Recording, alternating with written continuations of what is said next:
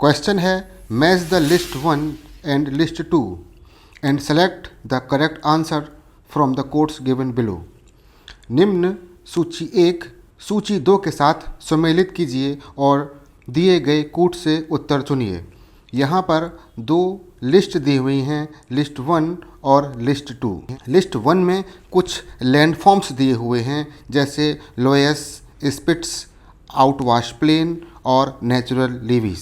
List 2 में landforms की category दी हुई हैं जैसे glacier landforms, aeolian landforms, fluvial landforms और कोस्टल लैंडफॉर्म्स। लिस्ट 1 को लिस्ट 2 से मैच करना है। लिस्ट 1 में दिए गए लैंडफॉर्म्स लिस्ट 2 में दिए गए लैंडफॉर्म्स की कैटेगरी में से किससे मैच करते हैं, यह हमको पता लगाना है और उसके बाद सही विकल्प का चयन करना है। हमेशा की तरह इस क्वेश्चन में दिए हुए ज्योग्राफिकल टर्म्स को हम सबसे पहले समझेंगे, उनके बारे में जानेंगे, उनकी विशेषताओं के बारे में जानेंगे और उसके बाद सही विकल्प का चयन करेंगे। तो सबसे पहले हम लोग समझेंगे लोएस के बारे में, उसके बाद स्पिट्स, उसके बाद आउटवाश प्लेन और अंत में नेचुरल लीवीज के बारे में। महाद्वीपों पर कुछ स्थान ऐसे हैं जिनको वायु के द्वारा लाई गई सिल्ट और क्ले ने पूरी तरह से ढक रखा है। फाइन पार्टिकल्स के डिपोजिशन से बना यह लैंडफॉर्म लोएस कहलाता है। इन फाइन पार्टिकल्स के जमाव की थिकनेस में काफ़ी वेरिएशंस देखने को मिलते हैं। इनकी मोटाई कुछ सेंटीमीटर से 300 मीटर तक मिलती है।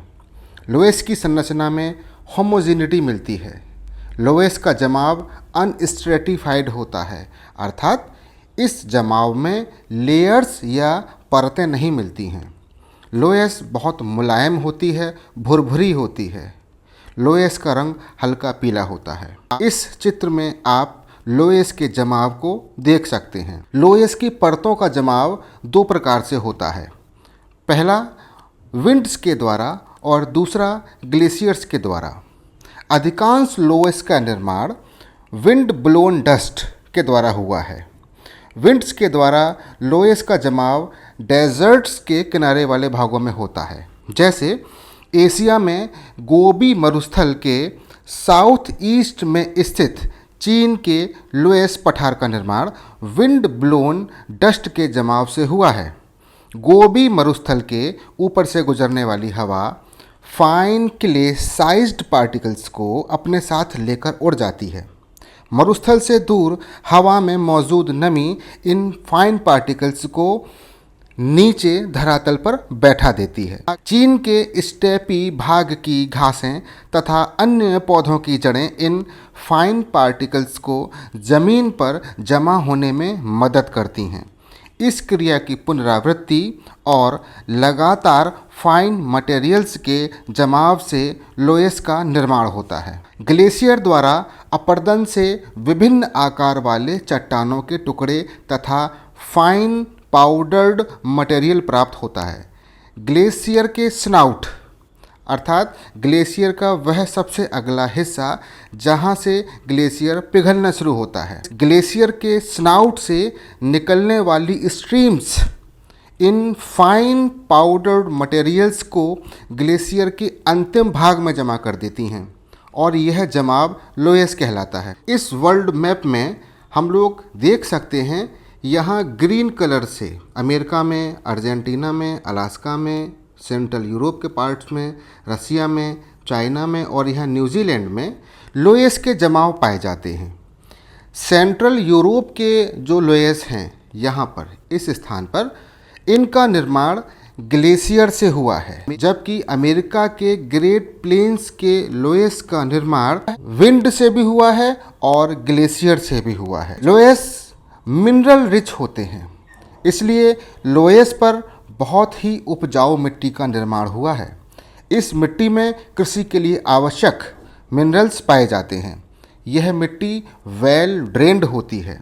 लोएस के विस्तृत जमावों को हम इस मैप में देख सकते हैं। उत्तरी चीन, north America, Alaska, Argentina, central Europe, Russia और कजाकिस्तान के कुछ क्षेत्र और न्यूजीलैंड में लोएस के जमाव पाए जाते हैं। स्पिट एक कोस्टल लैंडफॉर्म होता है, यह एक डिपोजिशनल लैंडफॉर्म है जिसका निर्माण ओशन वेव्स के द्वारा सेडिमेंट्स के जमाव के फलस्वरूप हुआ है।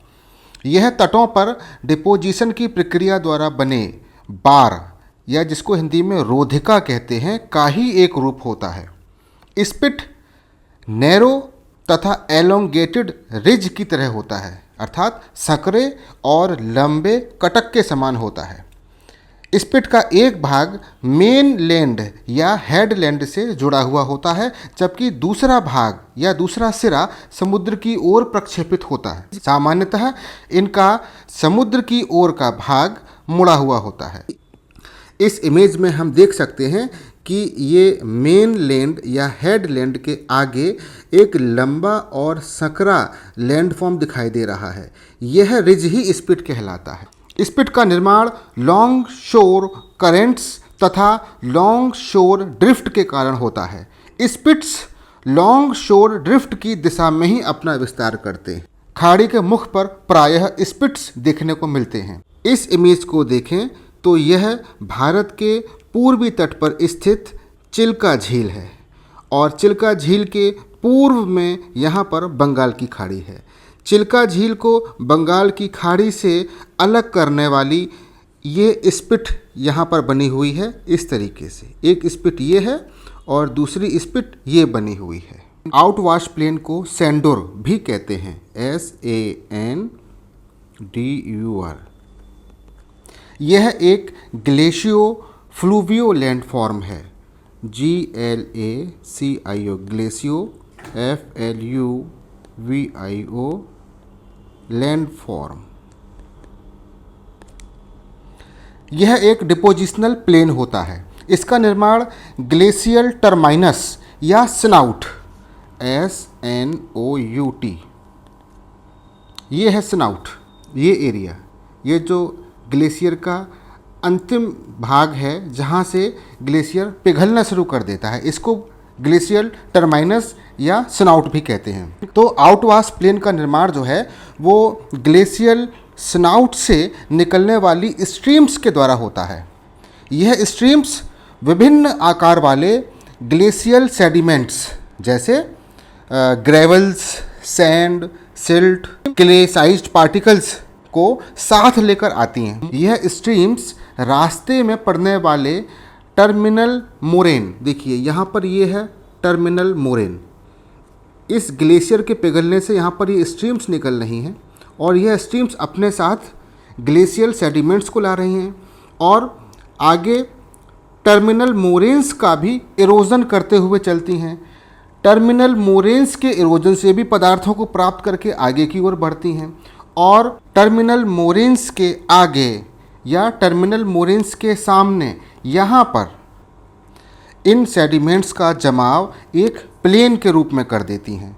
चूँकि इन सेडिमेंट्स को आउटवाश कहा जाता है, इसलिए इन आउटवाश के जमाव से निर्मित मैदान को आउटवाश प्लेन कहते हैं। आउटवाश प्लेन की दो प्रमुख विशेषताएं हैं। सबसे पहली विशेषता है कि ग्लेशियर के पिघलने से जो नदियां आउटवाश प्लेन पर फ्लो करेंगी वो ब्रेडेड स्ट्रीम्स होंगी, वो एक दूसरे से जुड़ी हुई आगे की ओर इस तरीके से बढ़ेंगी, यदि इस डायग्राम में आप देखें। और दूसरी विशेषता है कि आउटवाश प्लेन पर, यह जो आउटवाश प्लेन है इस डायग्राम में, इस आउटवाश प्लेन पर जो सेडिमेंट्स का जमाव है वह वेल सॉर्टेड होगा, अर्थात टर्मिनल मोरेन के सामने, यहाँ पर इस जगह पर टर्मिनल मोरेन्स के सामने बड़े बड़े बोल्डर्स का जमाव होगा, अर्थात बड़े आकार वाले पार्टिकल्स का जमाव होगा और टर्मिनल मोरेन से दूर आगे की ओर इस तरफ पार्टिकल्स का आकार क्रमशः छोटा होता चला जाएगा। इस डायग्राम में यहाँ पर एक ग्लेशियर का स्नाउट है और इसके आगे ये पूरे का पूरा एक आउटवाश प्लेन का निर्माण हुआ है। नेचुरल लीवीज को नेचुरल एम्बैंकमेंट भी कहते हैं और नेचुरल लीवीज को हिंदी में प्राकृतिक तटबंध कहते हैं। लेवीज कम ऊंचाई वाली लॉन्ग और नैरो रिज की तरह होते हैं जो रिवर के दोनों बैंक्स पर रिवर की लंबाई के पैरेलल स्थित होते हैं। यदि पहले डायग्राम को हम देखें तो यहाँ पर एक रिवर का चैनल दिया हुआ है। इसके दोनों तरफ यह फ्लड प्लेन है। रिवर के चैनल और फ्लड प्लेन के बीच में यदि ध्यान से देखें तो ऊपर की ओर कुछ भाग ऐसे उठा हुआ है। यह ऊपर की ओर उठा हुआ भाग ही नेचुरल लीवी है। इस डायग्राम को यदि देखा जाए तो रिवर की लेंथ ये है और इस रिवर के चैनल की इस लेंथ के दोनों साइड पर अर्थात रिवर्स के दोनों बैंक्स पर इस तरफ भी एक नेचुरल लीवी है और इस तरफ भी एक नेचुरल लीवी पाई जा रही है। यह एक डिपोजिशनल लैंडफॉर्म होता है जिसका निर्माण नदियों के द्वारा अपने दोनों किनारों पर सेडिमेंट्स के जमाव के फलस्वरूप होता है। सभी नदियां लीवीज़ का निर्माण नहीं करती हैं और इन नेचुरल लीवीज़ की ऊंचाई 10 मीटर के आसपास या उससे कम ही रहती है। यूनाइटेड स्टेट्स में मिसिसिपी नदी ने और चीन में येलो रिवर ने नेचुरल लीवीज़ का निर्माण किया है। लीवीज़ का फॉर्मेशन कैसे होता है हम लोग इस डायग्राम से देखेंगे। लीवीज़ का निर्माण बाढ़ के बाद होता है। बाढ़ से पहले की स्थिति इस चित्र में दिखाई गई है जहां पर नदी के चैनल में पानी का लेवल इतना है। दूसरे डायग्राम को यदि देखें तो बाढ़ के दौरान नदी के चैनल से पानी बाहर की ओर फ्लड प्लेन पर फैल जाता है।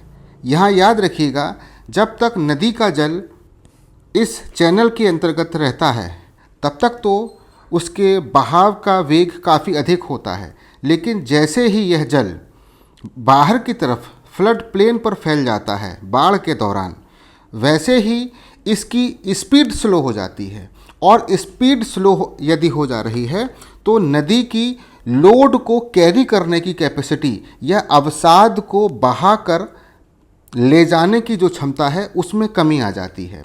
इसके परिणाम स्वरूप नदी अपने दोनों किनारों पर, यहाँ पर और इस किनारे पर इन अवसादों का जमाव करना शुरू कर देती है। इन अवसादों के जमाव की विशेषता होती है कि नदी के चैनल के बिल्कुल किनारे के भाग पर बड़े कण पाए जाते हैं, जबकि दूसरी तरफ बाहर की तरफ कणों का आकार छोटा होता चला जाता है। इस प्रकार क्रमिक बाढ़ों के आने के परिणाम स्वरूप नेचुरल लीवीज़ की ऊंचाई इस तरीके से बढ़ती चली जाती है। नेचुरल लीवीज़ का निर्माण बाढ़ के दौरान होता है। जब नेचुरल लीवीज़ का निर्माण हो जाता है पहले की तुलना में चैनल का साइज़ अब और अधिक बड़ा हो जाता है। ऐसी स्थिति में जब कभी दोबारा बाढ़ आएगी तो यह बड़े आकार का चैनल का साइज़ आसपास के क्षेत्रों की बाढ़ से बचाव करने में मदद करेगा। लेकिन कभी कभार ये नेचुरल लीवीज़ टूट भी जाते हैं जिससे भयंकर बाढ़ें आती हैं। जिन नदियों में नेचुरल लीवीज़ नहीं पाए जाते हैं वहाँ पर मनुष्यों के द्वारा इसी प्रकार की संरचनाओं का निर्माण किया गया है जिनको एम्बैंकमेंट्स कहते हैं, और यह एम्बैंकमेंट्स उन नदियों में आने वाली बाढ़ से आसपास के क्षेत्रों का बचाव करते हैं। इस प्रकार हमने चारों ही लैंडफॉर्म्स के बारे में जानकारी प्राप्त कर ली है। सूची 1 को सूची 2 से मिलान करने के उपरांत सही ऑप्शन नंबर सी है। चलते चलते आपको एक फैक्ट और बता दूं। चीन की येलो रिवर जो कि चीन के लोयस पठार के बीच में से निकलती है, उसमें लोयस मिट्टी के कण पाए जाते हैं और हम जानते हैं कि लोयस मिट्टी का रंग पीला होता है। इस कारण से उस नदी का जो जल है उसका रंग पीला दिखाई देता है, जिससे वह नदी येलो रिवर कहलाती है। फिर मिलते हैं नए क्वेश्चंस और नए कॉन्सेप्ट्स के साथ अगले वीडियो लेक्चर में। जुड़े रहिए मेरे चैनल ज्योग्राफिकल सॉल्यूशंस से।